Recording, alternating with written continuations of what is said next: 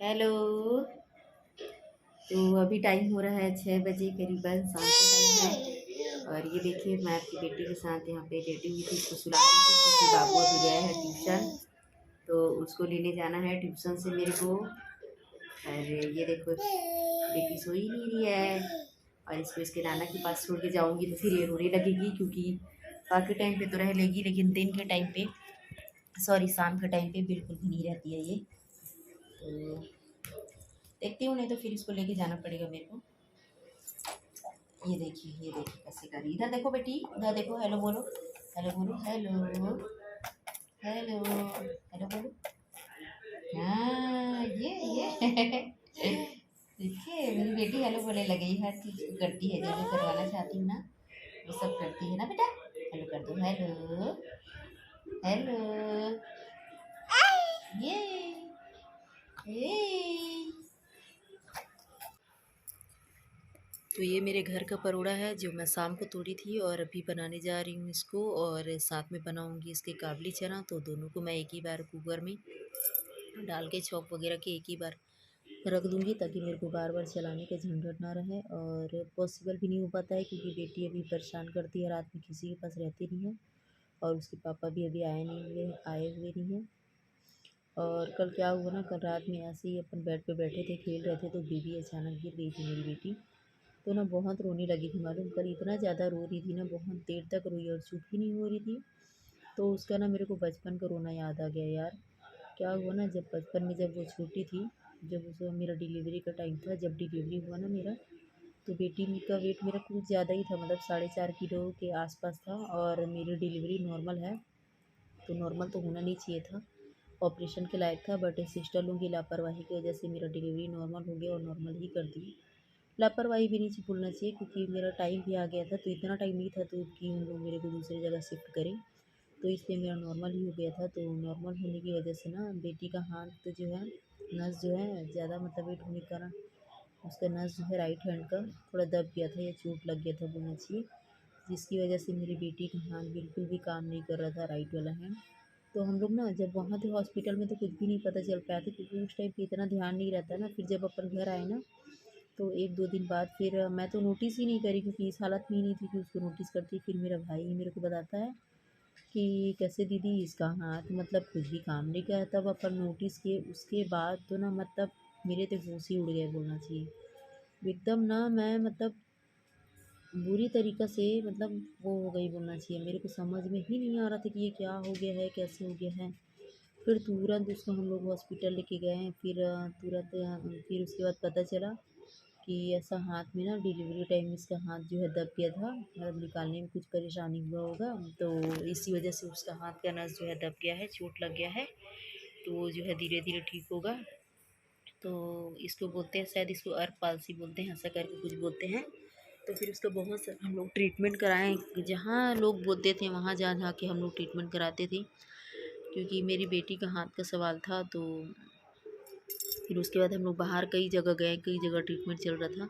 अभी फ़िलहाल मेरी बेटी का हाथ ठीक है, डॉक्टर ने बोला है, और आगे जाके जब तक वो स्कूल जाने लगेगी ना, उसके बाद और भी पूरा ठीक हो जाएगा।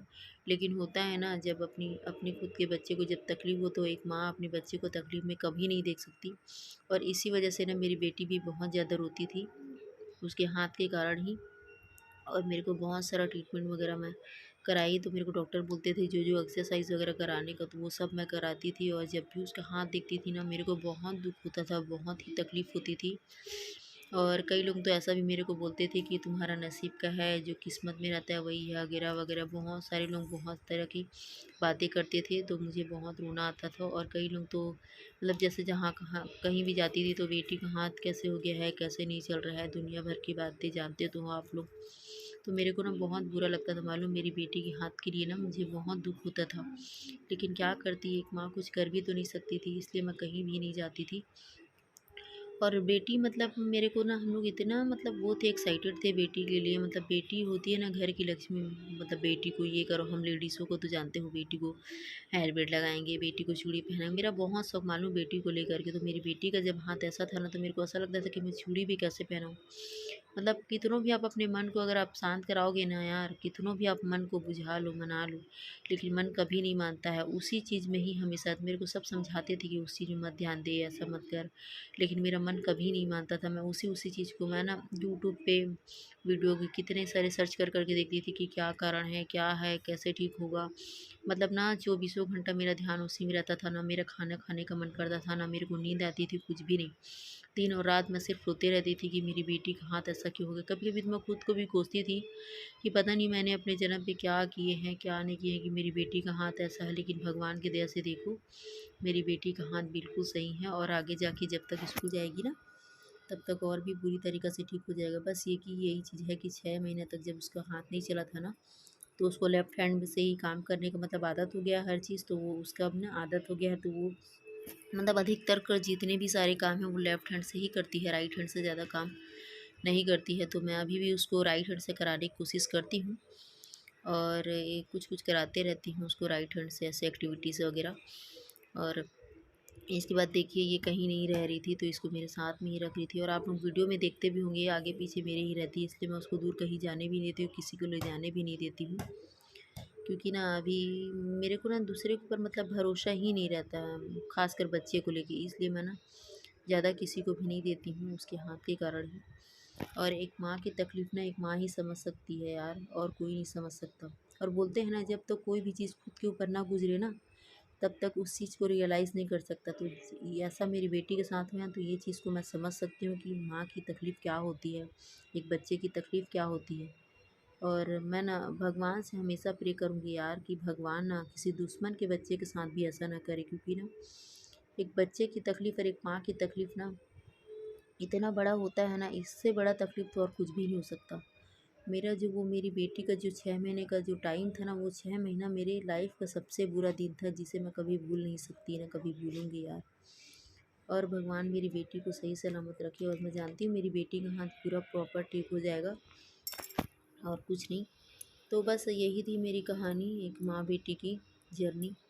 जो 6 मंथ था वो बहुत मुश्किल और बहुत तकलीफ़ में गुज़रे है, और मेरी बेटी को मैं बहुत तकलीफ़ में ही। तो यहाँ सब्ज़ी मेरा बन गया है, और अभी बना रही हूँ रोटी मैं, और बेटी उसके पापा के पास है, तब तक मैं फटाफट रोटी बना लेती हूँ। आप लोग भी कभी ऐसे ही कुकर में एक साथ बना के देखिएगा। उस कुछ नहीं, बहुत सिंपल है।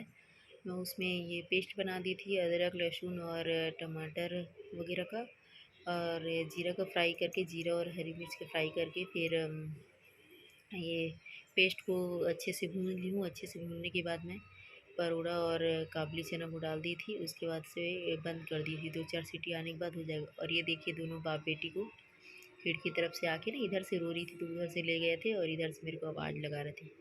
तो यहाँ मेरा रोटी बन गया है। अब मैं जा रही हूँ खाना देने। तो आज के लिए बस इतना ही, मिलती हूँ फिर अगले नेक्स्ट ब्लॉग में, तब तक के लिए बाय।